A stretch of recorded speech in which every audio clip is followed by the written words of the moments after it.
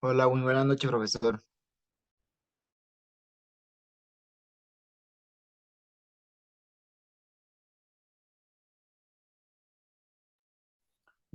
A gusto. Más. Sí, bro, bien, gracias a Dios, excelente. Cuénteme, ¿de dónde es usted, a gusto? Pero yo soy de Chocobro, pero más que todo de Tierra Alta, Córdoba. ¿Córdoba? Sí, Alto Sinó. O sea, en la costa. Sí, bro. Vea, pues, pero usted no tiene acento de costeño, hermano. Tengo de todo mezcla, bro. Sí, eso le iba a decir, usted no tiene acento de costeño. Ah, ok, ok, ok. ¿Y dónde está viviendo usted? Ahorita ya llevo 3 años aquí en Bogotá. Ya En sí, Bogotá. ya voy a cumplir 3 años aquí en Bogotá. Ah, ok. ¿Pero su familia de dónde es, a gusto? Mi familia es de Tierra Alta, Allá del Sinú. Alto Sinó, sí, Mm, Alto Sinó. bueno. Bueno saber eso. Ya conozco a alguien que tiene familia en el Alto Sinú. Sí, bro, sí. Uf, nosotros somos casi como 15.000 por todos en Veracativo. ¿En Veracatíos? Sí, yo sí, en Veracativo. Pero eso no está en el llano también, en el Casanare, no. Sí, ella dice que hay en Benacatío varios, hay como 7 etnias en Benacatío, pero nosotros distinguimos, nosotros de Antioquia decimos en Benas e Ávidas, y lo que están de Chocó nosotros decimos en Benan Dóvidas. Mm, ok, ok, ok. ¿Y dónde se congrega a gusto? Aquí en Filadelfia, Puente Largo. Ah, ok, ok. Bueno, buenas noches a todos los demás compañeros, estudiantes.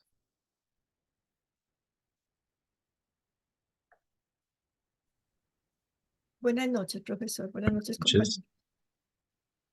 compañero. Hola, Pastora Nubia, Samuel, Daniel, Sara. Bueno, vamos a empezar. Ya le averigué un poquito la vida al gusto, entonces no me puedo poner a averiguar la vida a todos. El que llegue primero es el que le hago esas preguntas nada más. Pero bueno, esta clase de hoy para mí es una de las interesantes. Pues me gusta mucho por el tema que vamos a tocar debido a que miramos la Biblia y estudiamos como pasajes, no de manera exhaustiva, cuando digo de manera exhaustiva, es todos los pasajes que pueden existir acerca de esto, pero sí creo que son los más importantes y van a ayudarnos a delinear como un entendimiento de cuál es el límite entre la familia y la iglesia. Yo le colocaba aquí en mis notas de clase el título a esto de familia de Dios versus familia de sangre. Y quiero como hacer algunas precisiones que nos van a servir como para entender un poco lo que vamos a charlar el día de hoy. Vamos a usar bastante la Biblia, así que prepárense. Quiero hacer esta clase el día de hoy un poco más participativa. En la medida que vamos a leer, les voy a preguntar, bueno, ¿qué significa? Entonces, no lo voy a dejar así como la participación voluntaria, porque siempre Sara resulta participando, sino que voy a preguntarle particularmente a algunos. Es por molestarnos, Sara, son bienvenidas sus participaciones, no va a pensar que no, solo es por molestar, pero quiero como escuchar a algunos de ustedes en eso. Entonces las precisiones o la introducción a eso que quiero que hablemos van en dos sentidos. En primer lugar, hay una realidad que es la familia de Dios. Cuando empezamos a hablar del tema de la iglesia, uno de los puntos que dejamos en claro, según lo que leíamos en Efesios, es que hay una familia de Dios. Efesios capítulo 2 versículo 19 lo dice bien claro, ustedes ya no son ni extranjeros ni advenedizos, sino que son miembros de la familia, de la propia familia de Dios. Entonces hay una idea y es que la iglesia es una familia y, bueno, el cuerpo de Cristo, todo esto, hay varias analogías en la escritura acerca de lo que es la iglesia, pero también un entendimiento de la iglesia precisamente es el término de familia. Entonces, cuando nosotros miramos que hay una familia de Dios, una familia iglesia, y tenemos que preguntarnos, ¿y cómo se relaciona esto con la familia en la carne? ¿Cómo se relaciona esto con la familia en la sangre? ¿Hay algún límite cómo debemos articular en los asuntos de consejerías o de problemas en su misma vida diaria? se presentarán algunas circunstancias y usted va a tener que tomar decisiones con respecto a la familia de Dios y con respecto a la familia de sangre, pero a veces como que no tenemos la claridad de qué es lo que dice la Biblia y cuáles son los límites que se colocan a esto. Habiendo dicho esto, entonces que hay una familia, que es la familia de Dios, y tenemos que pensar cómo se relaciona, viene la segunda parte de estas precisiones antes de mirar los pasajes bíblicos y como los puntos del día de hoy, y es que también ha habido muchos abusos en cuanto a la familia de Dios y la familia de sangre. Yo en los, ¿cómo se llama eso? En los diagramas o en los esquemas de configuración social, perdón, que vimos al comienzo de este semestre, había uno en donde estaba la iglesia por encima de la familia y del Estado.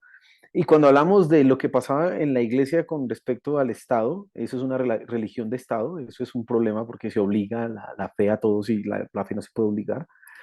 Pero con respecto a la familia, dije que se rompen las líneas de autoridad. Ujú. No hay una reconfiguración de la familia, pero sí hay un rompimiento de las líneas de autoridad. La Biblia, o más bien la iglesia, va a propender siempre por mantener la familia tradicional. Pero cuando la iglesia está por encima de la familia, va a romper la línea de autoridad. ¿Cuáles son las líneas de autoridad que hay en el hogar? Papá, mamá, etcétera. Entonces, cuando la iglesia se entromete en esto, pasan casos como este. Cuando mi papá llegó a pastorear esta iglesia, que está acá en Bogotá, Bendición Abundante, hace ya 34 años, yo creo 33 años. Había una pareja que estaba aquí en la iglesia, ellos llevaban, no sé, un año, 2 años casados y estaban sirviendo en la iglesia, en la congregación. Era una pareja con más bien con una idea, una proyección, etcétera. Y de repente empezaron a darse problemas entre la pareja y líos. Y entonces en las indagaciones que mi papá hizo, bueno, yo no soy, les estoy contando, relatando, quizás hay algunas imprecisiones en este relato, pero el punto es que en las charlas que mi papá tuvo con ellos, en las consejerías para ayudarles, salió el tema, es que a nosotros nos dijeron que nos casáramos por una profecía. Y entonces una persona vino por allá de un país, de un lugar, y dijo que él era el hombre para mi vida y que yo era la mujer para la vida de ese hombre. Y entonces nos casamos en esa profecía. Pero ahora estamos teniendo problemas porque resulta que la muchacha había sufrido en su niñez, había sido abusada, y entonces el hombre no se había enterado de eso, y para él eso fue un choque tremendo, y entonces empezó a decir esa profecía o ese Dios que como así, y no pudo superar esa circunstancia. Y entonces mi papá les decía, no, ya sigan adelante, avancen, avancen. No, se fueron de la iglesia. Se fueron de la iglesia a otra donde también les hablaron de profecía y les dijeron que ellos se habían casado fuera de la voluntad de Dios y que debían separarse y entonces que debían abrir sus caminos. El cuento es que hoy día están separados, eso pasó hace 30 y pico de años, hoy día están separados. Fue una guerra, la hija de ellos muchos años estuvo aquí asistiendo a la iglesia con muchos conflictos emocionales debido a esas cosas. ¿Por qué le cuento esta historia? Porque hay intromisiones en los cuales la iglesia no debiera de ninguna manera incursionar, cosas en las que la familia o el individuo tiene una autonomía y una responsabilidad, pero la iglesia, y estoy aquí generalizando y con eso quizás soy injusto, pero la iglesia ha transgredido algunos de esos límites y algunas de esas fronteras. Aquí, ese fue el caso de mi papá, pero acá hace poco llegó a la iglesia una persona, ya nosotros éramos los pastores con mi esposa de la iglesia, y nos contó que fuimos a saludarla, nos pidió una consejería, bueno, sí, que le podemos ayudar, bienvenida, etcétera, y nos dijo, es que, pastor, ¿cómo hago yo para restaurar a mis hijos? Y le pregunté, ¿y sus hijos conocen el evangelio? Y dijo, es que mis hijos eran el grupo alabanza de la iglesia. Imagínense cuando eran pequeños y ellos tocaban en la iglesia y mi hijo era el baterista y mi hija cantaba, bueno, etcétera, la mayoría ahí. Pero en la iglesia donde estaban, de repente, cuando los muchachos empezaron a cumplir la edad de pasar a la universidad, esos muchachos no querían estudiar lo que ustedes están estudiando, cosas que sirvieron a la iglesia según el concepto del pastor, sino que empezaron a estudiar cosas más seculares según la idea del pastor. Y entonces el pastor en algún momento les dijo a ellos, ustedes no debían estudiar eso porque eso es fuera de la voluntad de Dios y entonces yo que soy su pastor les digo que deben salirse las carreras. Pues estos muchachos tropezaron con eso y salieron de la iglesia y hoy están fuera de la iglesia. Entonces ahora el asunto nos quedó fue la mamá aquí en la iglesia, ya está aquí con nosotros. Nosotros hemos tratado de invitar a los muchachos, pero pues desgraciadamente ya el daño fue hecho. Y con eso no quiero decir que el pastor fue el que se tiró todo eso, porque también eso son respuestas del corazón de los mismos muchachos, etcétera. Pero bueno, vuelvo al punto, hay límites que la iglesia, que la familia de Dios no debe transgredir cuando estamos hablando de la familia de sangre. Y eso es lo que, esos son las, como las verdades que hoy quiero que charlemos y que le dediquemos un tiempo hoy en la clase precisamente a esos temas. Así que si surge alguna pregunta, pues bienvenida será porque va a enriquecer el tema.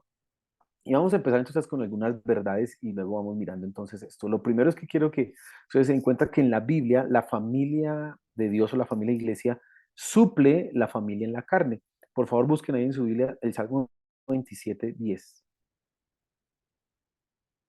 Le voy a pedir el favor a Jamie. Jamie, ¿tiene el bebé por ahí? No, no, profe. Ah, bueno, entonces hoy sí puede leer. Listo, entonces Sí, el sí Salmo puedo. 27:10 lo va a leer su merced. Samuel, por favor, me lee Efesios 2:19, ya ahorita lo mencioné. Y le voy a pedir por favor a Daniel que lea 1 Timoteo capítulo 5, versículo 1 y 2. Entonces, Salmo 27:10, a ver, Jenny, por favor. Sí, dice así, profe. Aunque mi padre y mi madre me dejaran, con todo Jehová me recogerá. Gracias. Y vamos a hacer unos comentarios frente a eso. Es el rey David el que está hablando en este salmo y él hace una declaración que pudiera parecer un poco desalmada, un poco fuera del quinto mandamiento. Está el quinto mandamiento dice honra a tu padre y a tu madre, pero David en realidad tiene una perspectiva teológica. La familia, en este caso, pasa a un segundo plano cuando estamos hablando de las cosas de quién, de Dios. Y la familia de Dios se convierte en muchas circunstancias en lo único que tienen las personas cuando llegan a los caminos de Dios. Fíjese, mi papá, no es mi caso, yo nací en un lugar cristiano, así que sí tuve la familia de Dios y la familia de la carne y era la misma. Entonces no había, hay mucha diferencia. Pero mi papá, cuando se convirtió, cuando se volvió cristiano, mi abuelo le dijo, yo no voy a tener un hijo protestante y lo trató mal y lo echó de la casa y con lo que tenía encima le tocó irse. Y bueno, por ahí después no sé cuánto tiempo se casó con mi mami y ya consiguió su familia y aquí estamos nosotros. Pero la familia iglesia fue la que lo recibió y lo acogió. Eso que está mencionando, que leyó Jamie ahorita, es muy importante y vamos ahorita a profundizar un poco, sobre todo en el trabajo que hacemos como iglesia. Samuel, por favor. Efesios 2:19. Sí, señor. Así que ya no sois extranjeros ni advenidizos, sino conciudadanos de los santos y miembros de la familia de Dios. Muy bien. Ahora, aquí ya hay una afirmación mucho más clara de lo que es la iglesia. Así que ya no sois ni extranjeros ni advenedizos, sino conciudadanos de los santos y miembros de la familia de Dios. Pablo está hablando de una iglesia de gentiles y judíos. Y entonces él está diciéndoles, aquí ya no hay ni griego, ni judío, ni gentil, ni nada de eso, sino todos son ahora la familia de quién? De Dios. ¿Ah? Y leamos el último, por favor, Daniel. No reprendas al anciano, sino exhórtale como a padre, a los más jóvenes como hermanos, a las ancianas como a madres, a las jovencitas como hermanas, con toda pureza. Fíjese entonces cómo se aplica la idea de la familia de Dios en la práctica, hablándole de un joven pastor. Entonces, miremos, tratemos como de hacer algunas precisiones frente a esto. Entonces, la primera ya la hicimos con respecto al Salmo 27:10, es que la familia de Dios suple la familia de sangre cuando esta no está, cuando esta por X o Y motivo no está al alcance de la persona, pues la familia iglesia es la que debe acogerlo. Las implicaciones de esto es que nuestras iglesias deben funcionar bajo esa perspectiva. Llega un joven a la iglesia, llega una mujer a la iglesia, llega una persona luchando con la soledad, la iglesia debe proveerle precisamente ese ambiente familiar, escuchen eso, familiar. Nosotros vivimos en una sociedad, la sociedad contemporánea es muy solitaria, es una sociedad de gente sola, gente aislada, aunque tenemos los medios de comunicación que nos debieran permitir acercarnos y entablar comunicación y tener cercanía. En realidad la cercanía por internet o por WhatsApp o por eso es lejanía en la realidad. Entonces, en la iglesia nosotros necesitamos romper esas cosas, necesitamos volver a la gente al mundo real. ¿Cuál es el mundo real? El mundo de la familia. La gente necesita la familia, la gente no puede estar solamente pensando o viviendo sus vidas aisladas. Y a veces yo veo que en las iglesias cometemos el error nosotros de no tener un ambiente familiar. Ahora, cuando digo pensar en un ambiente familiar, no piense usted, vamos a jugar y lo invito a mi casa a comer. Eso hace parte, pero no es lo único. Eso no es lo exclusivo. En realidad, las relaciones en la iglesia están fundamentadas en el crecimiento de Cristo, lo que hablábamos el día de ayer, en el discipulado. En tanto yo esté pendiente de una persona para que ella conozca a Cristo y su vida refleje a Cristo, estoy haciendo la parte de la familia de Dios y créanme que no se va a sentir nunca sola, nunca abandonada. Pero también es bueno cuando hagamos algún evento o alguna actividad en donde se celebre precisamente la comunión, la familiaridad. Es bueno que hay como a veces extremos que yo veo en las iglesias.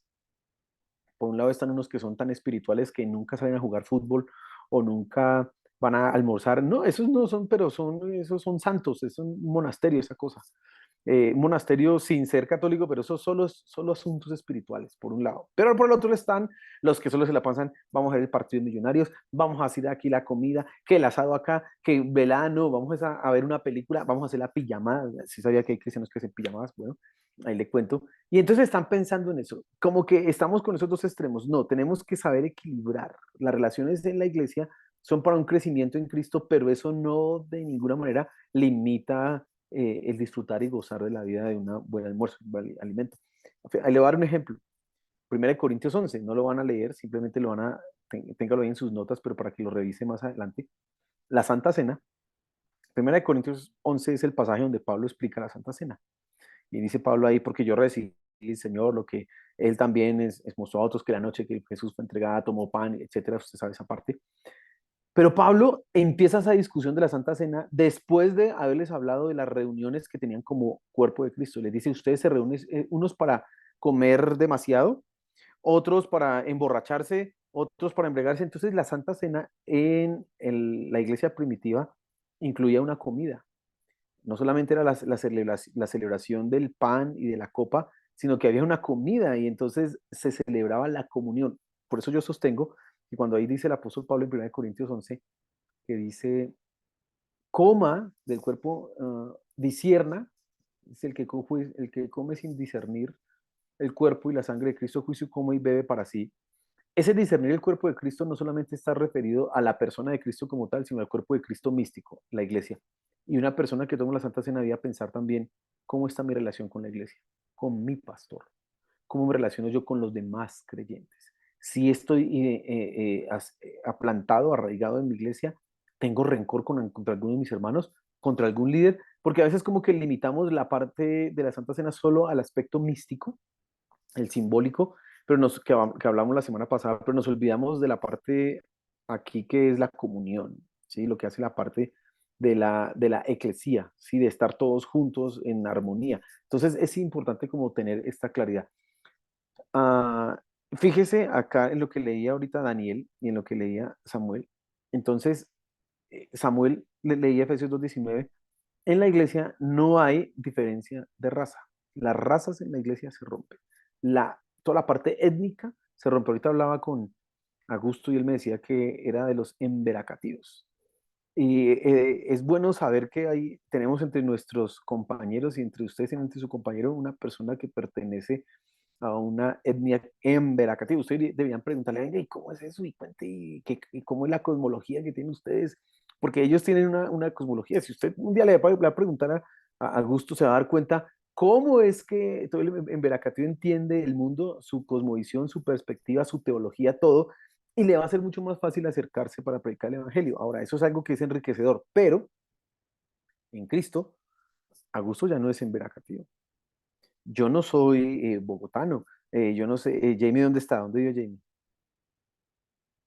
En Córdoba, en Lorica, Córdoba. Ah, vea, usted está por ahí cerquita de donde es la familia de Augusto, pero usted sí es costeña, en cambio no es en Veracruz, vea, para que vea. Esa es otra cosa.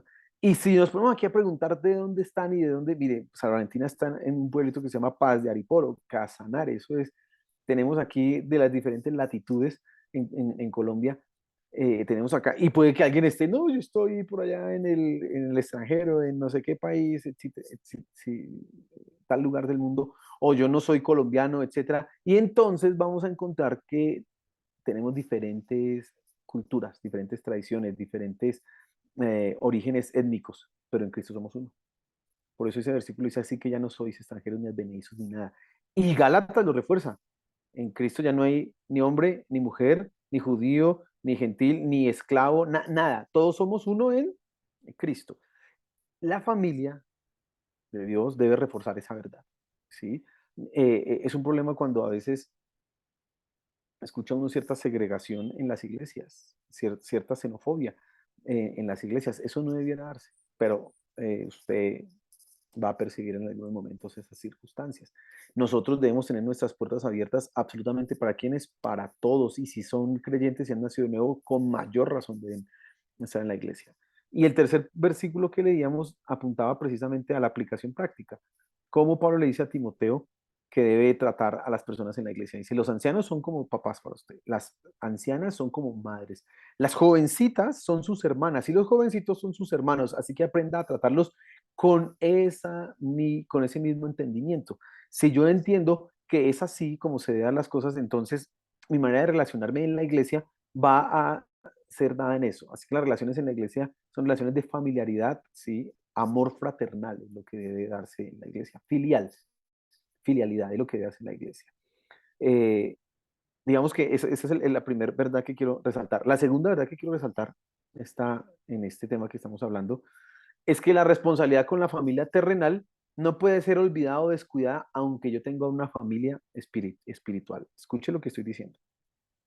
La responsabilidad con la familia terrenal o la familia en la carne no puede ser olvidada o descuidada aunque yo ahora tengo una nueva familia que es mucho más importante que la otra. ¿Qué puede llegar a pasar? Entonces, con el primer punto enfatizamos que tengo una familia en Dios. Qué bendición, tengo una familia espiritual. Sí, mi papá y mi mamá pues no son cristianos, pero yo tengo 100 papás en la iglesia y 100 mamás que no están pendientes y oran por mí. Mientras mi mamá me dice que yo soy un aleluya, un evangélico, si sé cuánto, que me estoy por allá dándole la plata al pastor, etcétera, en la iglesia mis mamás, esas 100 mamás están orando por mí y preocupándose, mi hijito, ¿cómo está? ¿Qué necesita? ¡Qué bendición! Pero eso no quiere decir que uno se descuide de su familia en la carne. Y vamos a mirar los pasajes. A ver, me va a ayudar Sebastián, 1 Timoteo 5, versículo 4, y Alexander me va a ayudar con... no, ahorita me va a ayudar usted con otro fresco, tranquilo. Sí, solamente Sebastián va a leer el versículo 4 y después va a leer el versículo 8 de ese mismo capítulo, ¿listo? De 1 Timoteo 5. ¿Listo? Sí, por favor.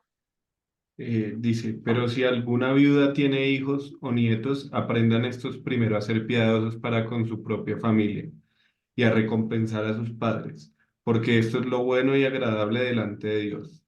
Y el versículo 8 dice, porque si alguno no provee para los suyos y mayormente para los de su casa, ha negado la fe y es peor que un incrédulo. Gracias, Sebastián.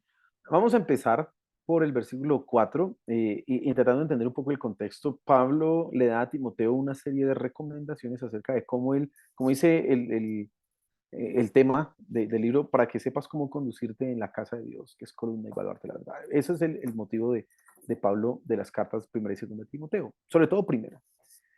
Pero entonces, como él está dando esas recomendaciones, una es cómo él debe tratar el problema de las viudas. En la antigüedad, ser viuda era un problema.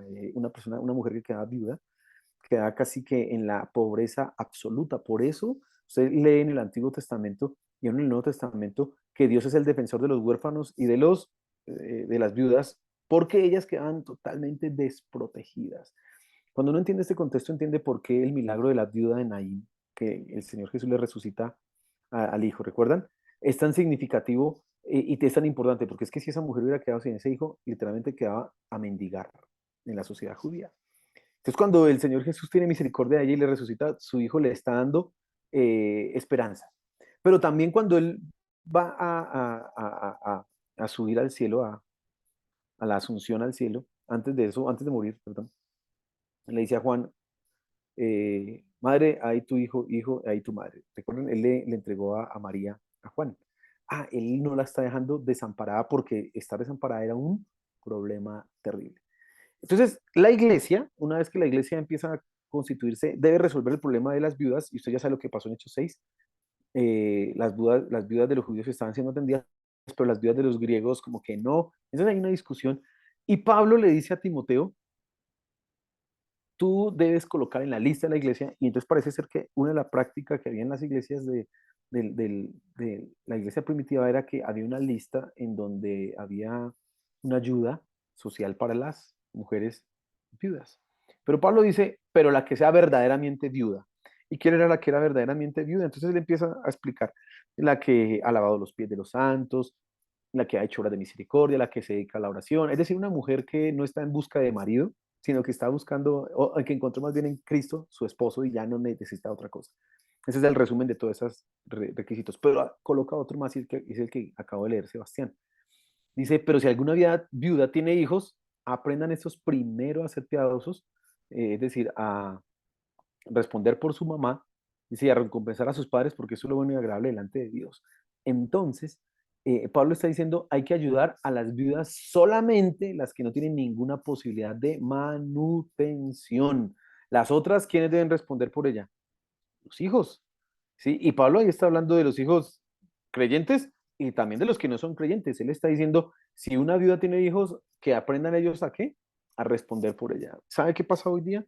Hoy día usted escucha en muchos lugares que se supone y piensan que la iglesia debe ser un lugar de caridad, como una ONG, como una fundación, y están esperando que la iglesia les dé. Entonces ellos están buscando, y la iglesia que nos va a dar, y la iglesia que nos debe proveer. Y fíjate que en la Biblia sí debe haber un cuidado por algunas personas que están en total eh, abyección, es decir, en la pobreza absoluta, en la escasez, y que no tienen medios para salir adelante. La iglesia debe proveer, y eso es bendición. Dice, el que le da al pobre empresta a Dios, en deuda a Dios, y Dios paga sus deudas. Entonces la iglesia debe tener como un rubro en donde dice quién está en necesidad en la iglesia, vamos a sostenerlo. Y eso puede implicar un año de darle mercado y pagarle los servicios. No importa, pues estamos cumpliendo la ley de Cristo, es ayudar a los pobres. Pero cuando hay hijos que tengan ahí, no respondan. Y mire cómo Pablo vincula eso.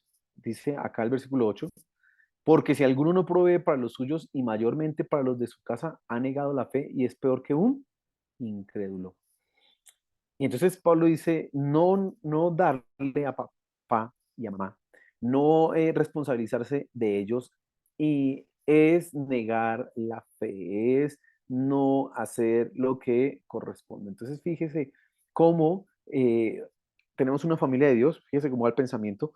eh, Ella me recibe, si mi familia en la carne y en la sangre no quiere saber nada de lo espiritual y denigra de eso, yo tengo una familia en Cristo. Muy bien, pero eso no me exime a mí de responder por mi familia en la carne.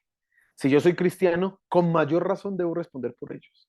Con mayor razón un hijo cristiano debe responder o obedecer a sus padres y honrar a sus padres. Y aquí entonces viene una de las aplicaciones que es importante.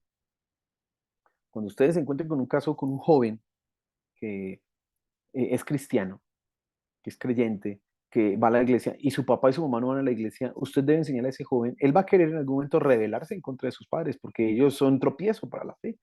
Y le va a decir pastor o líder, bueno, no sé, o mira qué hago, es que mis papás no me hacen, no me dicen, yo estoy como que no les hago caso más y les digo que la Biblia me manda a mí a obedecerle más a Dios que a ellos.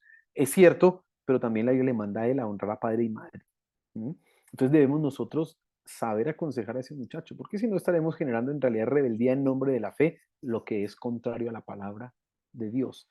Ese es un límite de la iglesia. Entonces, aunque la iglesia, claro, y la vida espiritual es mucho más importante, también ese muchacho debe tener una responsabilidad con sus padres, y uno debe enseñarle al muchacho, habla con tus padres, muéstrale lo que estás haciendo, oremos a Dios para que Él cambie el corazón de tus padres. Ya si la cosa es extrema, es que mi papá me quiere llevar a cometer un pecado, eso es diferente. Pero como que, no, mi mamá no me deja y yo quisiera estármela todo el día con los jóvenes y allá en las misiones, y mi mamá me dice que tengo que hacer oficio y que tengo que responder por no sé qué. Hijo, obedécele y busca el espacio para que tú puedas luego empezar a servir y gánate a tu mamá. Pero cuando los que no son cristianos, por ejemplo, ven que en la iglesia, no es que en la iglesia le dicen a mi hijo es que se vaya y que me deje y que le sirva a Dios, entonces ellos empiezan a generar una resistencia contra la iglesia, y nosotros no los estamos ganando y necesitamos de alguna manera, como hablábamos ayer de los hijos, sembrar el evangelio en ellos. Y una de las cosas que uno hace es precisamente eso, sujétate a tus padres, o igual con las esposas. Bueno, ahorita vamos a hablar de eso, sigamos adelante. Entonces, vamos ahí con ese pensamiento. Ahora, la segunda verdad que quería como resaltar en esto, o la tercera verdad, sí, bueno, no, usted ahí está escribiendo en sus notas, y es que la obediencia a Dios es más importante que la familia. Entonces, fíjese cómo yo voy como equilibrando, ¿no? Primero pongo un punto de desequilibrio, la familia espiritual es más importante, luego pongo el punto de equilibrio, pero yo debo ser responsable con la familia, no me puedo olvidar. Ahora viene otra vez el desequilibrio. Es más importante la obediencia a Dios que la familia. Y voy a dar dos versículos acá que quiero que leamos. Entonces, ahora sí, Alexander me va a ayudar, por favor, con Lucas 14, 26. Y María José me va a ayudar, por favor, con Deuteronomio 13, del 6 al 11.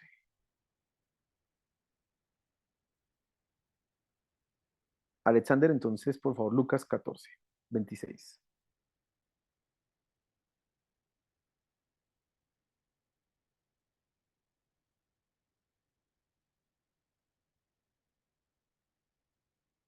Alexander, no lo estamos escuchando. Listo, Ahora ahora sí. sí. Sí, señor. Si alguno viene a mí y no aborrece a su padre y madre, y mujer e hijos y hermanos y hermanas, y aún también a su propia vida, no puede ser mi discípulo. Déjalo ahí. Gracias. Fíjese ese versículo tan radical y es el Señor Jesús el que lo está diciendo. Esa palabra aborrecer no es odiar. Que le pregunté a alguien en la consejería qué significa esa palabra y él me dio una respuesta que creo que es muy correcta. Dijo amarlo menos. Menos que con respecto a quién, que a Dios. Y sí, él tiene razón, claro. Yo le decía, es establecer también prioridades. Entonces, fíjese lo que está diciendo el Señor Jesús ahí. Vamos a escuchar a María José y luego hacemos reflexiones de esos dos pasajes. Si te incitare tu hermano, hijo de tu madre, o tu hijo, tu hija, tu mujer, o tu amigo íntimo, diciendo en secreto, vamos y sirvamos a dioses ajenos, que ni tú ni tus padres conocisteis, de los dioses de los pueblos que están en vuestros alrededores, cerca de ti o lejos de ti, desde un extremo de la tierra hasta el otro extremo de ella, no consentirás con él, ni le prestarás oído, ni tu ojo le compadecerá, ni le tendrás misericordia, ni lo encubrirás, sino que lo matarás. Tu mano se alzará primero sobre él para matarle, y después la mano de todo el pueblo. Le apedrearás hasta que muera, porque cuanto procuró apartarte de Jehová tu Dios, que te sacó de tierra de Egipto, de casa de servidumbre, para que todo Israel oiga y tema, y no vuelva a hacer en medio de ti cosa semejante a esta. Gracias, María José. Fíjese que ese es un pasaje duro de la Biblia, de los que muchos que quieren echarnos piedra y renegar de la fe utilizarían. Mire, la Biblia manda a matar a la familia, dice, sí, tan fanáticos, etcétera. Bueno, este pasaje tiene un paralelo en el Nuevo Testamento que es el que acabamos de leer del Señor Jesús. Lo que pasa es que el Señor Jesús extracta el principio. ¿Cuál es el principio? Prioridades. Cuando uno es discípulo de Cristo, lo primero es obedecer a quién? A Cristo. Y todo lo demás pasa a un segundo plano. Y las relaciones que el Señor Jesús coloca en ese pasaje son las más cercanas, no son las más lejanas. Si le dice a uno el Señor Jesús, para ser mi discípulo tienes que dejar a tus amigos, ay, pues está fácil. Pero el problema es cuando dice tu esposa, tus hijos, tu padre, tu madre, la gente más cercana, la gente que uno ama con mayor profundidad, la gente que está ahí al lado de uno, él dice, tiene que aborrecerlos y colocarme a mí como prioridad en su vida. Eso es también una radicalidad tremenda. Entonces, hablando en el tema que nosotros venimos acá desarrollando, obedecer a Dios o colocar a Dios por encima de la familia es fundamental que nosotros le enseñemos a los creyentes. Cuando la iglesia está enseñando acerca de la doctrina de la familia, del discipulado, etcétera, uno tiene que enseñar a la gente a colocar a Dios por encima de la familia. Mire qué sucede en algunos casos. Le voy a dar varios ejemplos. Mi papá dice que la teología de los pastores cambia cuando los hijos crecen. ¿Qué significa eso? Que mientras el pastor no tiene hijos, como es mi caso, uno tiene una teología. Y esa teología, digamos, es correcta, pero tiene una teología, una línea. Pero apenas los hijos están creciendo, o cuando tiene hijos, la teología empieza a cambiar, porque los hijos vienen a marcar un cambio en la experiencia de la persona y esa experiencia viene a cambiar su interpretación de la teología. Entonces ahora ya no es la misma teología del soltero o del padre que no tiene hijos, sino es una teología de uno que tiene hijos pequeños. Y entonces esa teología de una persona que tiene hijos pequeños difiere bastante. Por ejemplo, el que no tiene hijos piensa muy fácilmente en su desarrollo personal, pero el que tiene hijos ahora va a tener que sacrificar su desarrollo personal, perdón, por el desarrollo personal de sus hijos. Así que su teología cambia, ¿sí? Aquí estoy diciendo que tener hijos realmente ayuda a quitar el egoísmo, claro, porque tú ahora tienes que pensar en el bienestar de tu hijo, ¿ok? Entonces, ahí cambia. Pero cuando los hijos empiezan a crecer, ahora tenemos otra teología, porque los hijos empiezan a crecer y si empiezan ellos a rebelarse en contra de las cosas de la iglesia, empiezan a ser contestatarios en contra de las cosas de la iglesia, el papá tiene que tomar una decisión. ¿A quién ama? ¿A Dios o a sus hijos? Y muchas veces los papás se deciden por sus hijos. Es decir, lo que ellos decían cuando no tenían hijos y cuando los hijos eran pequeños cambió cuando los hijos eran adolescentes. ¿Por qué? Porque ellos se llenan de este pensamiento. Escuche, yo no puedo perder a mis hijos.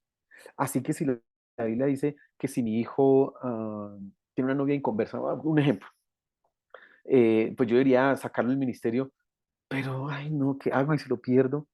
No. Entonces el papá le cambió la teología. Ahora ya no es tan radical como lo era con los otros jóvenes de la iglesia o cuando no estaban sus hijos grandes, perdón. Y entonces ahora le permite y le dicen a su hijo, bueno, hijo, pues va a traer a la iglesia y pues evangelízala, cuídala. Y su mensaje ahora cambia. Ahora ella no va a ser tan radical hablando de los noviazgos con los no cristianos porque su experiencia le ha cambiado la teología. ¿Sí comprende el ejemplo que le acabo de dar? Mi papá dice eso porque lo ha visto a lo largo de su experiencia como pastor con otros pastores, que eso cambia. Es una cosa que las personas tienen que decidir y es un asunto del corazón, porque ellos no han colocado a Cristo como prioridad en su vida. Otro ejemplo, los jóvenes. Entonces, los muchachos en la iglesia que tienen sus papás que no son cristianos, a veces se acercan a uno, ay, pastor, ¿qué hago? Es que mi papá me dice que lo acompañe a la fiesta de 15 años de mi prima. Ah, bueno, y pues acompáñalo, no tienes que ir a hacer nada ya, ¿cierto que no? No, y siguen con la historia, ¿no? Y es que me dijo, es que mi prima quiere como bailar. Ah, entonces, ¿qué es lo que usted está diciendo? Él quiere ir a bailar, pero utiliza el argumento de su padre para decir que el papá lo está como obligando. En realidad eso es él es el que quiere bailar, pero utiliza al papá y la familia y todas esas cosas. Uno tiene que enseñarle y colocarlo, a veces es bueno hacerlo de manera directiva, que es, no hagas eso porque eso es pecado. Pero antes de que usted le diga eso, debiera usted decirles, ¿cuál es su prioridad? ¿A quién quieres agradar? ¿Quieres agradar a tu papá? ¿Quieres agradar a tu prima? ¿Te quieres agradar a ti mismo o quieres agradar a Cristo? Ya después de que ese muchacho llegue a esa comprensión, de que él entienda que, uy, ¿cuál es la prioridad? Es Dios, ahí sí le dice usted, y lo mejor es que no lo haga. ¿Por qué? Porque cuando uno es como muy directivo sin explicar, uno tiene que tratar a las personas como gente inteligente. Te voy a explicarla, por qué no debieras hacerlo. Lo puedes hacer, ¿sí? Va y se echa su bailadita y al otro día, pues viene aquí a la iglesia y pues no creo que pues, Dios le tiene misericordia. ¿No? Pues, tranquilo. Pero uno tiene que enseñarle los principios. Entonces, fíjese cómo lo que dice Deuteronomio, que es radical, y ese pasaje es muy duro porque ahí dice, mátelo, si lo intenta llevar fuera, mátelo. Entonces, los que tienen hijos, aquí hay algo que creo que es bueno como señalar eh, de los límites de trabajo. Mientras los muchachos son pequeños, podemos responsabilizar a los padres de las conductas de sus hijos. Escuche lo que estoy diciendo. Mientras los niños son de 8, 9, 10, 11, 12, 13, todavía 14 años, quizás 15 años, podemos responsabilizar a los padres de las conductas de sus hijos. Pero una vez estos muchachos cumplen 17, 18, 20 años, 21 años, ya no va a ser tan fácil responsabilizarlos porque ahora esos muchachos van a tener una autonomía y una determinación de sí mismos y tendremos que saber si ellos son o no son cristianos. Por lo tanto, a veces, cuando nosotros evaluamos los requisitos para los obispos y los ancianos y todo eso, que están en Timoteo y en Tito, es bueno entender un poco esto de, venga, ¿con quién estoy tratando?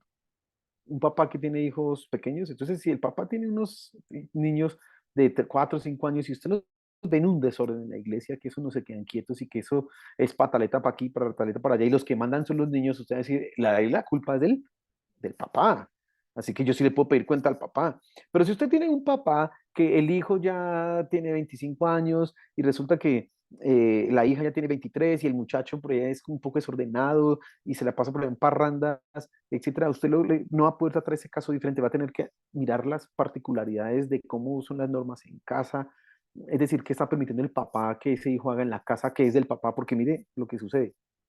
Los papás son cristianos, pero a veces permiten que sus hijos que no son cristianos vuelvan a la casa un 8, porque es que, ay, es que mi hijo, y bueno, pues, ¿quién es el que es el papá? ¿Quién es el que es la autoridad? ¿Esta es una casa de cristianos? ¿Es una casa de qué?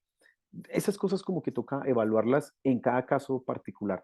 Les menciono estos como para que ustedes tengan un entendimiento un poco más amplio cuando tengan que tratar casos de ese tipo y sobre todo poder definir la línea entre familia de Dios y familia de carne, como que puedan diferenciar porque son temas que se unen a veces tanto, pero tenemos que tener claridad frente a esto. Bien, ¿preguntas hasta acá? Bueno, sigamos adelante si no hay preguntas o comentarios. Siguiente, ¿verdad? Ese es el quinto mandamiento. Honra a tu padre y a tu madre. Voy a leer el versículo, lo leo yo, dice Éxodo 20:12. Honra a tu padre y a tu madre para que tus días se alarguen en la tierra que Jehová tu Dios te da. Y hay un pasaje que quiero leer, es un poquito más largo, Marcos 7, del 9 al 11, le va a pedir el favor a pastora Nubia, ayúdenme a leer ese. Marcos, capítulo 7, por favor. El versículo 9 hasta el 11. Como para que entendamos un poco qué significa ese honra a tu padre y a tu madre.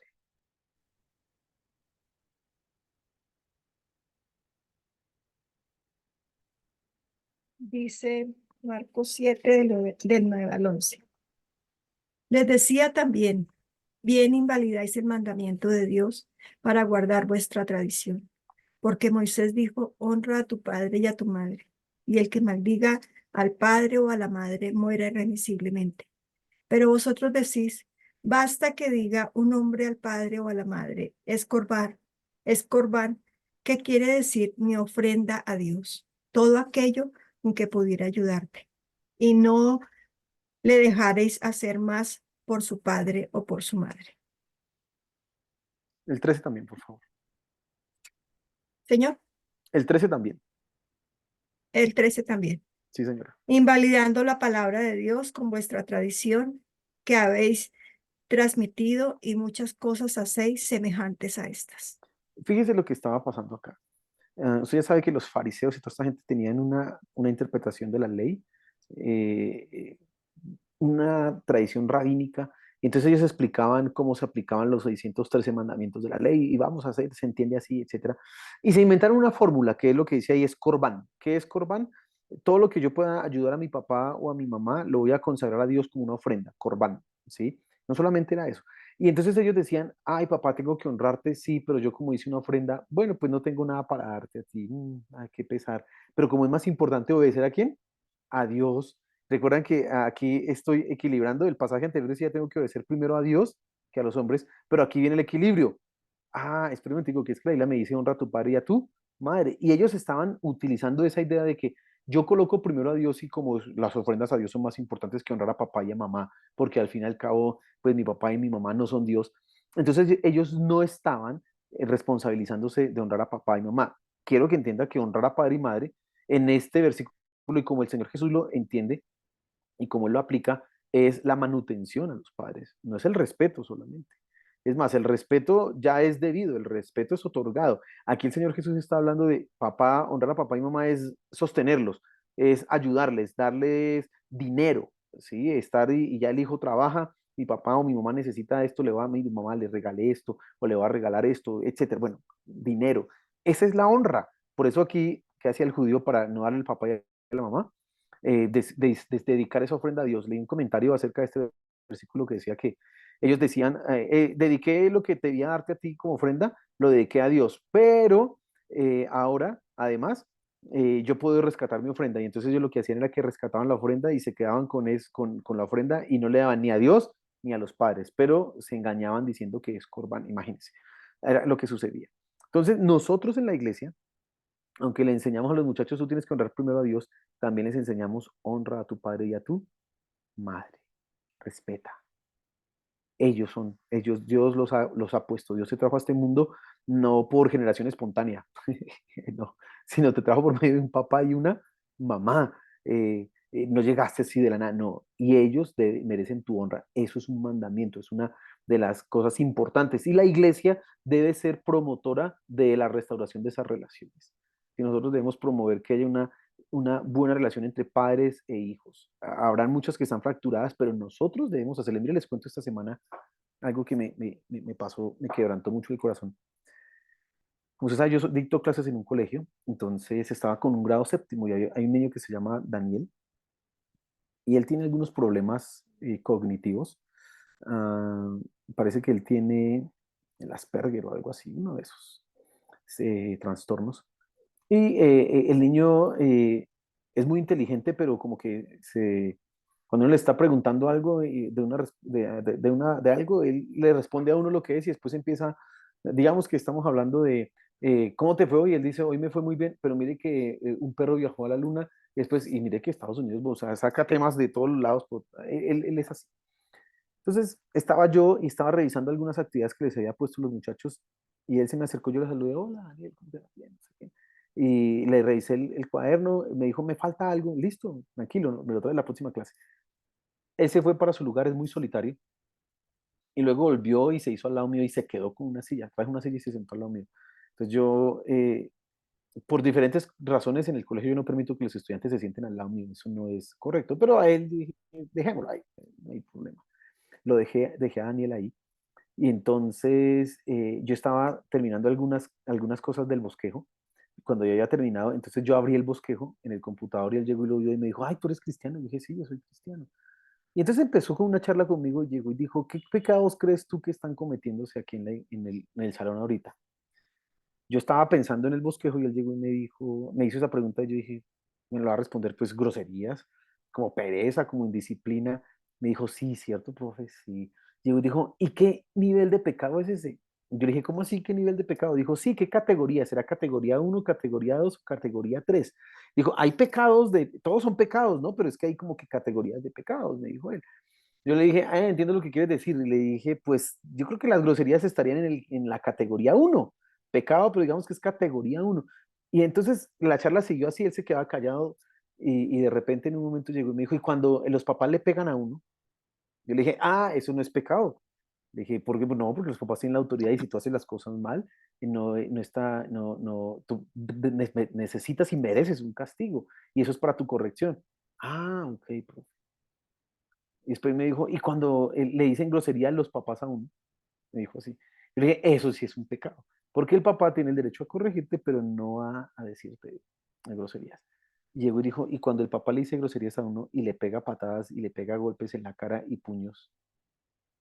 Entonces yo ya, cuando me dijo eso, yo lo volteé yo a mirar y yo dije, ¿qué pasó? Y la charla pasó de categorías, o sea, de cosas abstractas a cosas reales en la vida de él. Y entonces llegué y le dije, cuando eso pasa, está mal.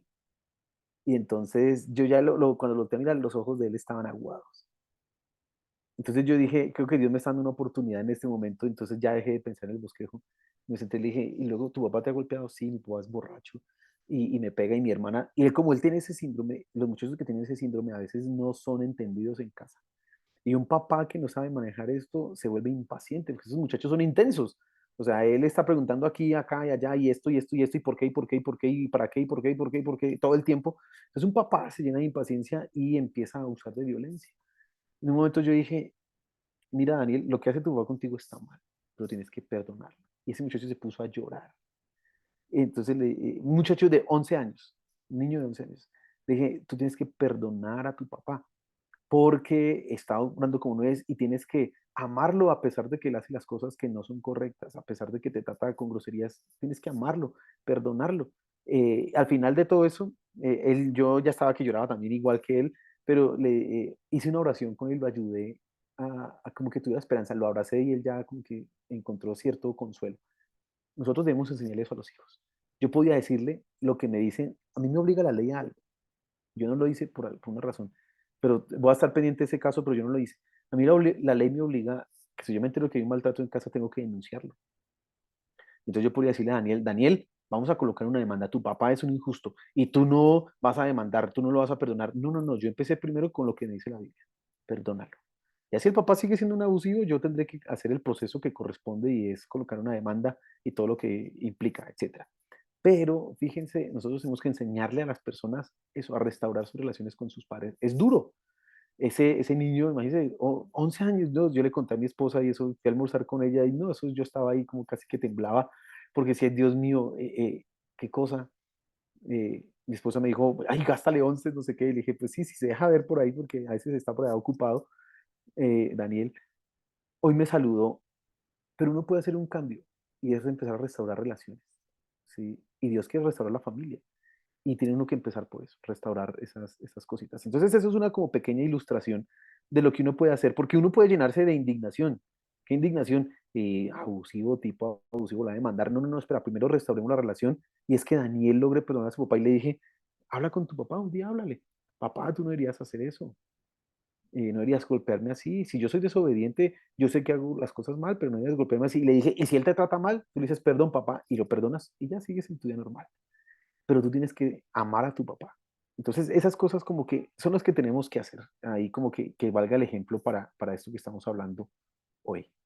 Ah, bueno, ya digamos que ya mencionamos lo que es la honra, etcétera, etcétera. Vamos aquí a cambiar el tema radicalmente. Ya pasamos un poco de todo lo que es la relación de la iglesia con la familia de iglesia, familia de sangre, etcétera, cómo se relaciona eso, lo que tenemos que equilibrar. Pero ahora vamos a un tema que es un poco a veces como difícil, y es el séptimo mandamiento que dice, no cometerás adulterio, Éxodo 20:14. Entonces, este mandamiento está dado para preservar la unidad del matrimonio. Fíjese que eh, ese matrimonio no lo podemos, perdón, ese mandamiento no lo podemos desvincular de la familia. ¿Por qué existe no cometer adulterio? Por preservar la unidad de la familia. El adulterio es una de las cosas que rompe mayormente la familia. Cuando hay adulterio se fracturan las relaciones entre esposo y esposa, entre padres e hijos. Mire, cuando los hijos se enteran que su papá fue infiel con su mamá, uy, hay hijos que yo he visto que le cogen odio y rencor a su papá. Hijas que antes amaban a su papá, mi papá es un desgraciado, fue infiel con mi mamá y uy, le cogen odio. Eso es una cosa dura, dura, dura, dura que no todos los hijos pueden resolver correctamente. En Malaquías capítulo 2, nosotros veíamos ese principio que el matrimonio, la unidad que hay entre el matrimonio, es decir, ser una sola carne, está hecho para que hayan hijos, haya una descendencia para Dios. ¿Lo leímos o no lo leímos? Malaquías 2, ¿cierto? Es 15, exactamente. Entonces, ahí está. Si no hay esa unidad y si se permite el adulterio, lo que se está rompiendo es precisamente la formación de los hijos a nivel espiritual. Entonces, ese mandamiento es importante, importante entenderlo. Pero vamos a ver la iglesia cómo tiene que funcionar en esto. Le voy a pedir el favor a ver quién no ha leído. Sara, en Mateo capítulo 5, del 31 al 32, por favor.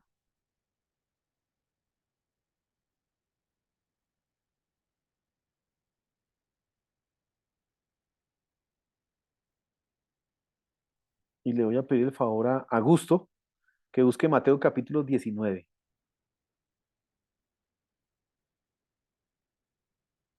Entonces, Sara, por favor. Listo, profe. Dice, también se dijo, cualquiera que se divorcia de su esposa debe darle un certificado de divorcio.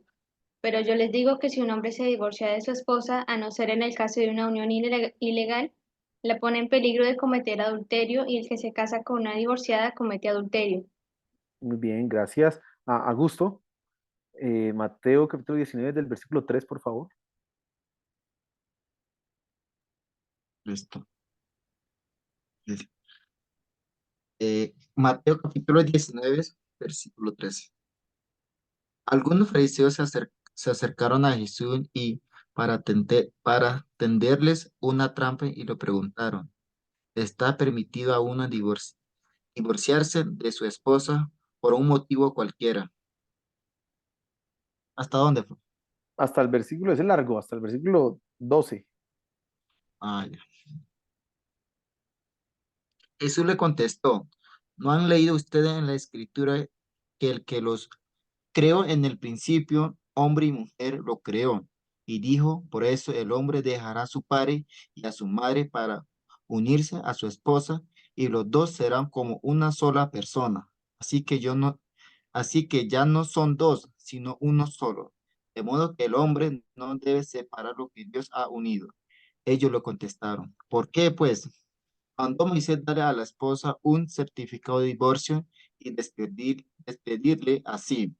Jesús le dijo, precisamente por lo tercos que son ustedes, Moisés le permitió divorciarse de su esposa, pero al principio no fue de esa manera. Yo les digo que el que se divorcia de su esposa, a no ser en el caso de una unión ilegal y se casa con otra, comete adulterio. Le dijeron sus discípulos.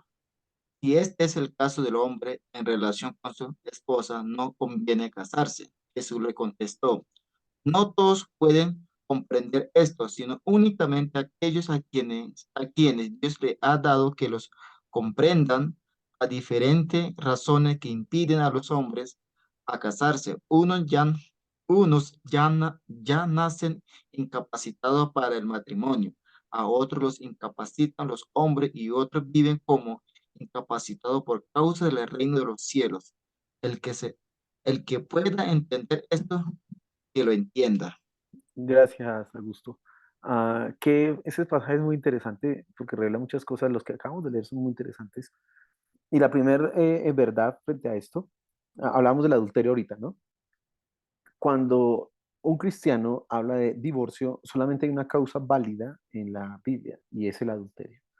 Es cuando uno de los dos cónyuges eh, rompió el pacto matrimonial. Ahora, hay adulterios de adulterios. ¿Cómo así, profesor?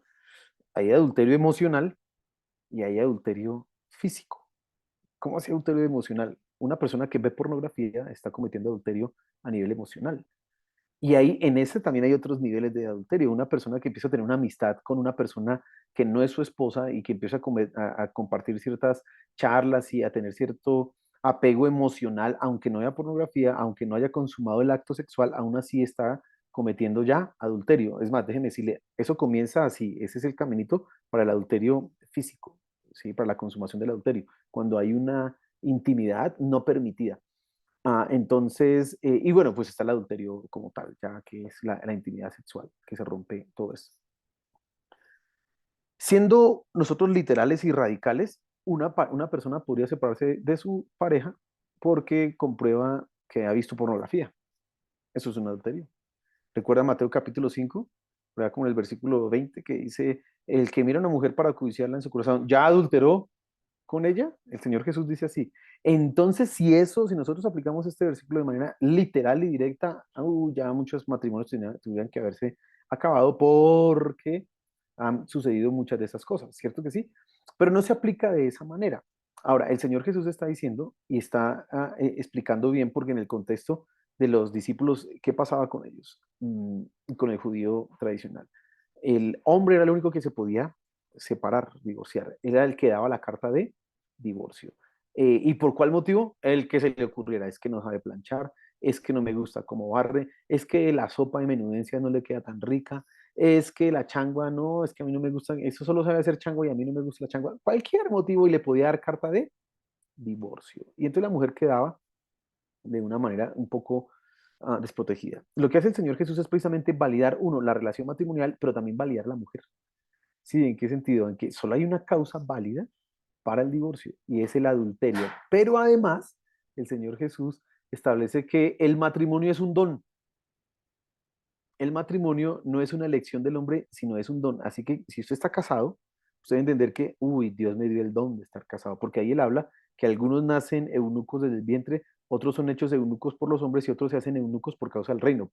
Eh, Nuestro Señor Jesús no se casó, yo creo que él mantuvo su castidad por causa de qué?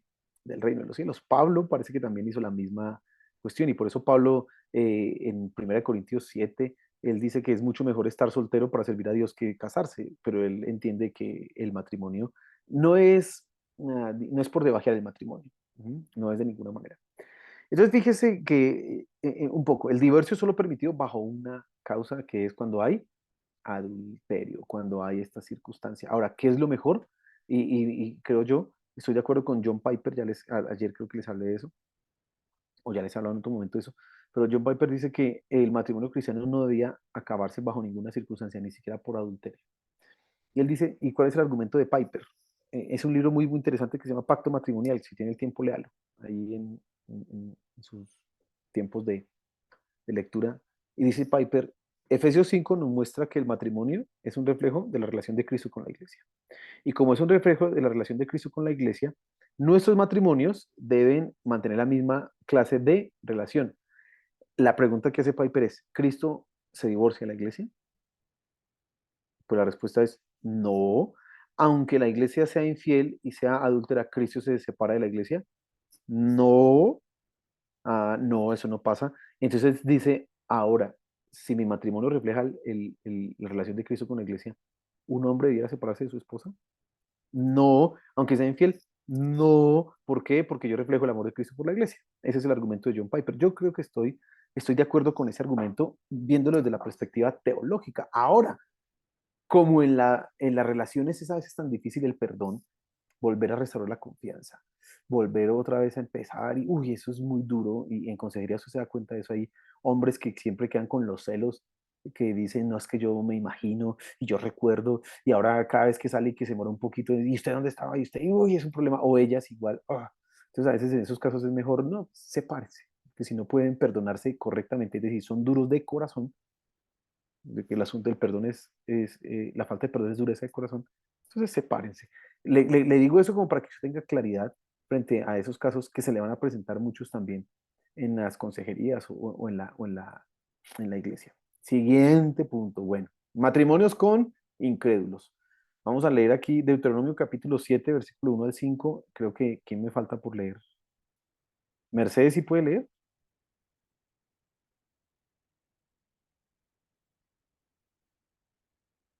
No, yo creo que no. Bueno, entonces tocó repetir. Daniel, por favor. Deuteronomio capítulo 7, del versículo 1 al 5.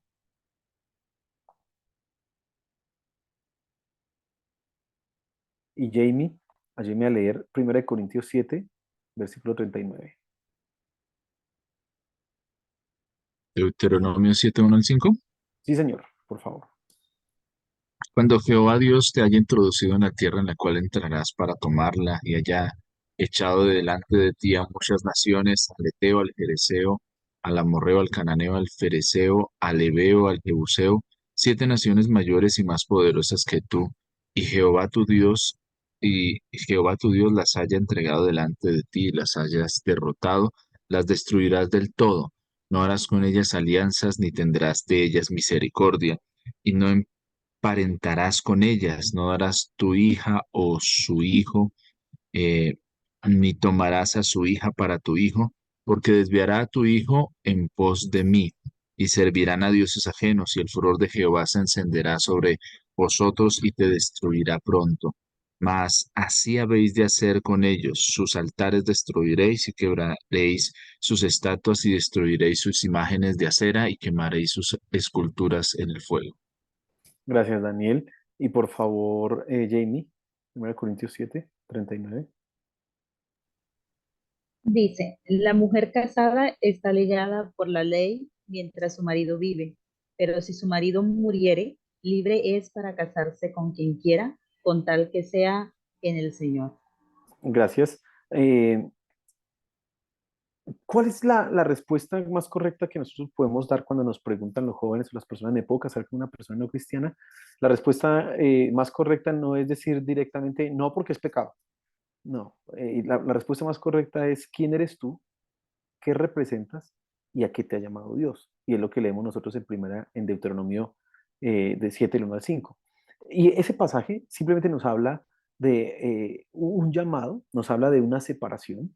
Dios escogió al pueblo de Israel de entre todas las naciones, lo hizo diferente, el pacto hace diferente, los judíos tenían que circuncidarse, los judíos tenían que cambiar su dieta, ¿sí? O sea, toda esa dieta, esa manera de comer de ellos no era para nada común en el contexto en que ellos se desarrollaban. Ellos no comían cerdo cuando todo el mundo comía cerdo ahí, era uno de los alimentos más predilectos. Ellos tenían unas prácticas de salubridad mucho más avanzadas que los pueblos a sus alrededores, una cantidad de normas.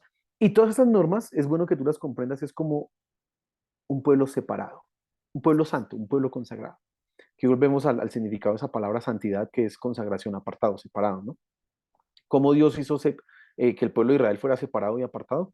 Por la comida, no comían lo mismo. La manera en que adoraban a Dios, no lo adoraban igual que los otros pueblos. Cómo se vestían, ¿sí? Todas las cosas, todo lo que era el pueblo de Israel era muy diferente, separado, totalmente distinto a lo que eran las demás naciones. Y entonces cuando les dice, no se casen con otros, él establece acá unos principios, dice el versículo 3, si no emparentarás con ellas, no darás tu hijo a su hija, ni tomarás a su hijo para tu hija, porque desviará a tu hijo de en pos de mí. ¿Y cuál era la preocupación de Dios?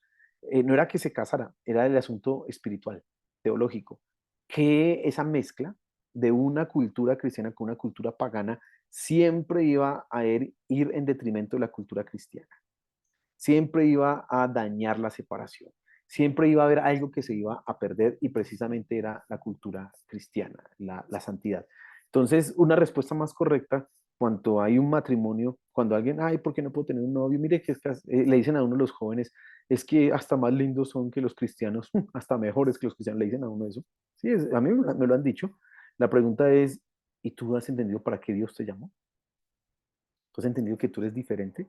Porque a veces nosotros como que nos paramos en eso, "Ah, eso es pecado, y no, y que esos, las filisteas o los egipcios, bueno, uno se pone a hablar así, etcétera. No, venga, explique, tómese el tiempo y explique, ¿a qué te ha llamado Dios a ti? Y yo recuerdo que una vez alguien me preguntó, ay, ¿por qué uno no puede tener una novia cristiana? Porque él como que ese muchacho le estaba insistiendo, estaba en la universidad, le insistía a una chica cristiana que fuera la novia, y ella le decía que no. Igual ella estaba permitiendo ahí algunas cosas, pero él me preguntó a mí porque sabía que yo era cristiano y mientras él me preguntaba eso, yo dije, ¿cómo le respondo a este muchacho? Y le dije, venga, póngale cuidado. Imagínese que usted se case con ella y ella es cristiana. Ella va a querer ir los miércoles o los viernes o los sábados a la iglesia. ¿Y usted para dónde va a querer irse? A bailar. ¿Usted qué cree que esa mujer va a estar contenta si usted se va a bailar y ella está en la iglesia? ¿Usted se imagina esa pelea después cuando llegue? Ahora imagínese cuando tengan hijos. Ella va a querer llevar a sus hijos ¿a dónde? A la iglesia. Y usted que es el papá dice, no porque son mis hijos. Y entonces van a empezar a pelear. Usted tiene que pensar en esas cosas tan prácticas antes de meterse en una relación con alguien que no cree lo mismo que usted, porque después va a tener esos problemas. ¿Mm?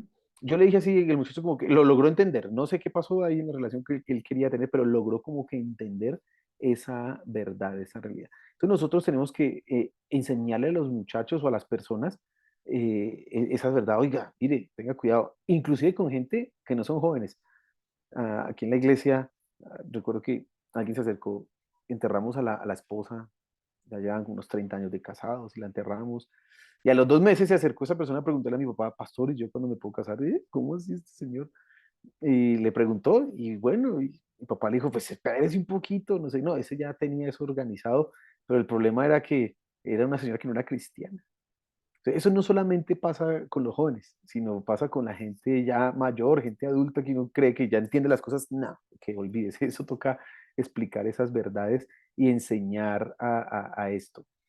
Otra precisión frente a esto, los que se convierten y ya están casados. Ojo con esto.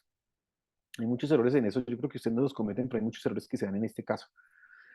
Lo leo yo, 1 Corintios 7, 10 al 16. Ese capítulo de 1 Corintios 7 es muy importante cuando hablamos de las relaciones matrimoniales. Si usted quiere entender cómo aconsejar o entender el matrimonio, 1 Corintios 7 es fundamental, aparte de Efesios 5. Entonces dice, pero a los que están unidos en matrimonio, mando no yo, sino el Señor, que la mujer no se separe del marido, y si se separa, quédese sin casar. O reconcíliese con su marido, y que el marido no abandone a su mujer. Y a los demás yo digo, no el Señor, si algún hermano tiene una mujer que no sea creyente y ella consiente en vivir con él, no la abandone. Y si una mujer tiene marido que no sea creyente y él consiente en vivir con ella, no la abandone. Porque el marido incrédulo es santificado en la mujer y la mujer incrédula en el marido, pues de otra manera vuestros hijos serían inmundos, mientras que ahora son santos. Pero si el incrédulo se separa, sepárese, pues no está el hermano o la hermana sujeta a servidumbre en semejante caso, sino a que a paz nos llamó Dios. Porque, ¿qué sabes tú, oh mujer, si quizá harás salvo a tu marido? ¿O qué sabes tú, oh marido, si quizás harás salva a tu mujer? Bueno, una precisión, precisión de exégesis. Aquí hay una frase que puede generar confusión. Dice aquí Pablo, y a los demás yo digo, no el Señor en el versículo 12, estoy leyendo 1 Corintios 7.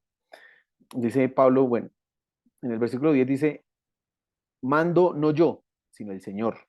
Y luego en el versículo 12 dice, a los demás yo digo, no el Señor. Y entonces uno dice como que Pablo está como que dando su opinión, ¿no? Y como es su opinión, uno puede hacerle o no hacerle caso. Bueno, en realidad, quiero que ustedes entiendan eso. Pablo no está dando su opinión, esa es la palabra de Dios. Entonces, ¿cómo entendemos esto? Lo que pasa es que Pablo está recurriendo en el versículo 10 a el entendimiento del Antiguo Testamento, de la palabra revelada, que él está diciendo, el Señor ya dijo esto. En la otra, él dice, mando yo, que ya no está revelado en el Antiguo Testamento, que debe ser así, pero eso también es la palabra de Dios, como para que ustedes lo comprendan.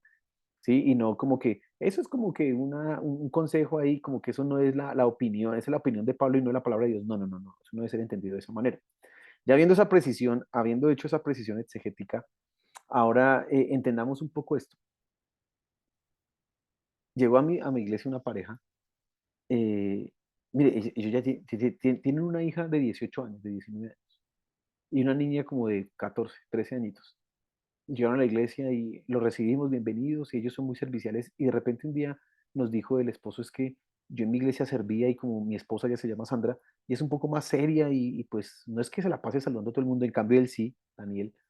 Entonces de repente empezó a decirme el pastor que yo me había casado mal, que yo debía como que separarme porque mi esposa como que no era muy cristiana, y empezamos así, y pues por eso fue que me salí de esa iglesia. Imagínense, y estoy hablando del 2021 que uno dice, eso no debería pasar en un mundo tan avanzado que estamos. No, pasa, ¿sí? Y hay direccionamiento bíblico. Este es un tema en donde la iglesia tiene dirección y no debe transgredir los límites.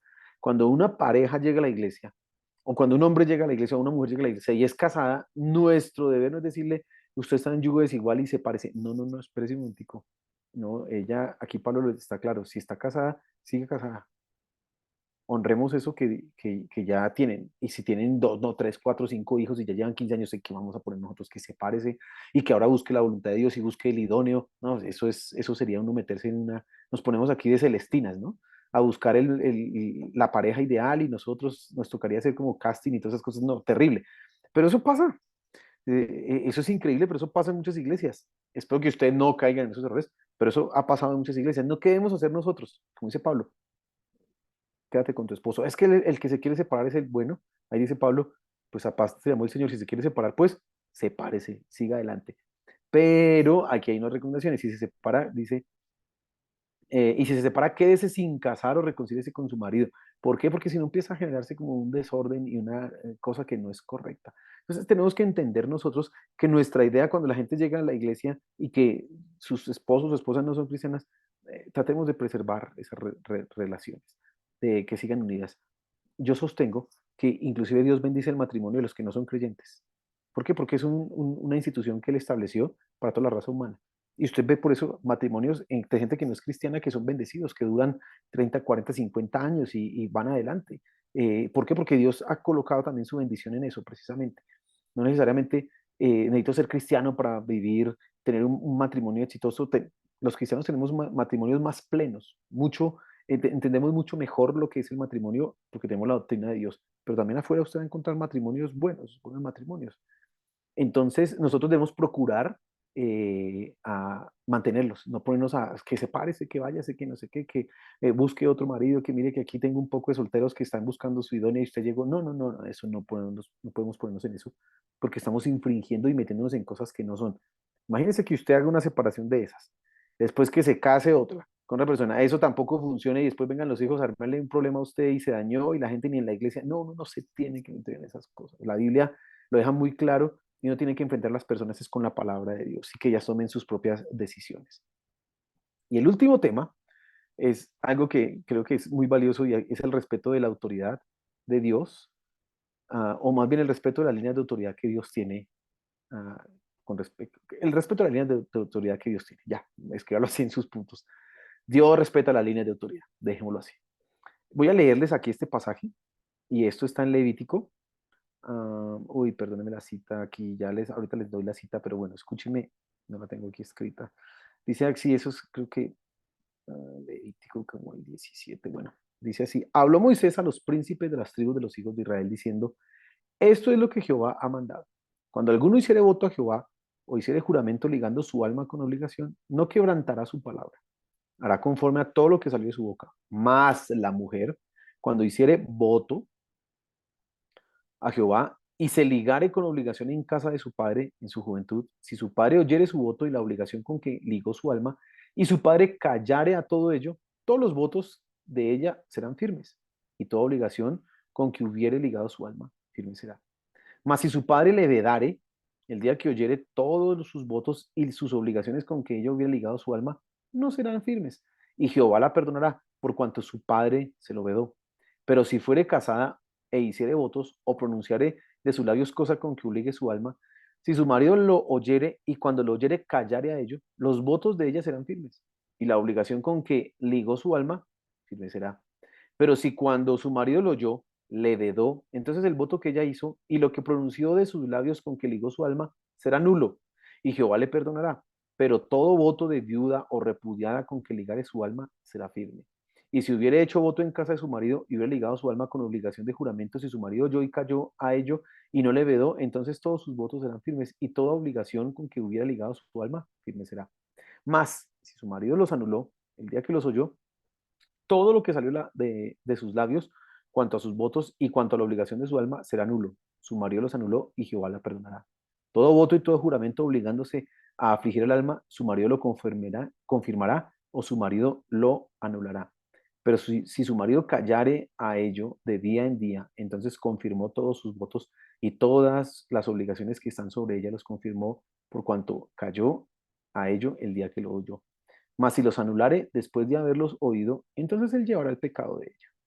Estas son las ordenanzas que Jehová mandó a Moisés entre el varón y su mujer, entre el padre y su hija durante su juventud en casa de su padre. Leí todo el capítulo. Ay, perdóneme la cita. Yo no sé si alguien ahí fue proactivo y ya fue buscando. Mientras yo decía, espérese un momentico, yo les busco esa cita que... Es Números 30. Ay, números 30, es que Levítico. Números 30, ¿listo? Entonces, guarda esa cita ahí. ¿Por qué es importante esa cita? Porque en esa cita uno ve a Dios sujetándose a la autoridad del hombre, del papá o del esposo. Y es interesante, porque uno podría pensar, para Dios es más importante que uno haga un voto con él y el voto con él se cumple. Recuerde lo que dice Eclesiastés capítulo 5. Cuando fueres a la casa de Dios, no hagas el voto de los insensatos, que pronuncian palabras sin pensar lo que van a hacer y después de que han dicho lo que van a hacer, se arrepienten. No, tú es mejor que te quedes callado y no que prometas y no cumplas, porque si haces eso es pecado, dice Eclesiastés en el capítulo 5. Y entonces uno podría pensar y caer en el error de que los votos a Dios son más importantes para Dios que mi sujeción. No, Dios está diciendo, espérate un momento. Si es un hombre, el voto es firme. Aún así, 1 Corintios 7 dice, no os neguéis al uno al otro, hablando de los esposos, hablando de la intimidad, a no ser por mutuo consentimiento y por pocos días. ¿Y cuál es el mutuo consentimiento? Bueno, amor, eh, vas a orar y ayunar, entonces durante 15 días vamos a abstenernos de toda intimidad sexual y todo contacto físico, pero es un acuerdo entre esposo y esposa. No es que el esposo dice, yo me voy y usted no tiene derecho. No, no, no, el esposo, el cuerpo del esposo le pertenece ¿a quién? A la esposa y viceversa. Entonces, en ese caso hay un acuerdo. Pero acá, el Señor Jesús establece lo siguiente. Si una mujer hace un voto y su papá la escucha y se queda callado, el voto de ella es válido. Pero si su papá dice que no está de acuerdo con el voto de ella es inválido y Dios no lo tomará en cuenta. Dice, se le perdonará. Y la reflexión que yo hago acá es, qué interesante que a veces nosotros queremos saltarnos las líneas de autoridad en la familia porque nos arrogamos algún poder espiritual, o yo soy el ungido, o yo soy el que tiene la revelación de Dios, y yo te digo que hagas esto cuando Dios mismo respeta las líneas de autoridad. Eso nos debe servir a nosotros como reflexión final de esta clase, y es que cuando ustedes tengan alguna situación que resolver en la familia, piensen, si Dios respeta la línea de autoridad de la casa, yo también. Así que la línea de autoridad de la casa es papá, mamá, luego hijos, esposo, esposa, luego hijos. Yo tengo que ser cristiano o hacer una buena teología es promover que haya esta misma sujeción. Sería muy terrible que no, es que el pastor me dijo, le dijo el esposo quejándose, es que esa esposa no viene a hacerme la comida. ¿Por qué? Porque el pastor le dijo que no, que es más importante que ella esté ayudando y ayudando en la iglesia y no que venga aquí a atenderme. Eso sería una pésima teología porque estamos yendo en contra de las líneas que Dios mismo ha establecido en donde, en la casa. El consejo más correcto sería, mujer, habla con tu esposo. Trata de conciliar esa circunstancia. Pero si no hay conciliación, ve y atiende a tu esposo, porque esa es tu obligación y es tu deber. sí fui claro con esto que acabo de decir. Entonces, quédese usted con esa reflexión de Números 30, con todo lo que acabamos de leer. La clase de hoy, como digo, es una de las que más me gusta precisamente porque leemos la Biblia y la estudiamos y como que profundizamos en muchas cosas. Entonces, ahí les dejo todas esas cositas como para que no van a meter la pata por ahí en cosas que no son. ¿Listo? Gracias, profe. No, a ustedes. Nos vemos la semana entrante. No hay tarea, no hay tarea. Sí les voy a dejar es una tarea para la semana de Santa, para la semana, para o sea, que hagan un Vía Crucis, no mentiras.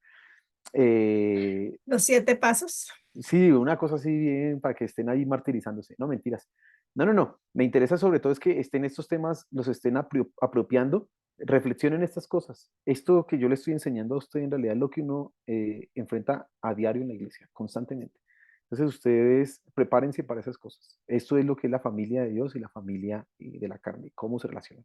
Así que ténganlo muy presente. Ha sido un gusto estar con ustedes esta noche, este viernes. Ya estamos aquí a 15 de marzo, imagínense cómo pasa el tiempo. Qué bueno verlos, Dios los bendiga y bueno, que estén bien. Feliz Gracias, fin de profe. semana. Feliz Gracias. noche. Gracias, Gracias, profe. profe. Igual a ustedes, bendiciones. Gracias, profe. Bueno, chao, bendiciones.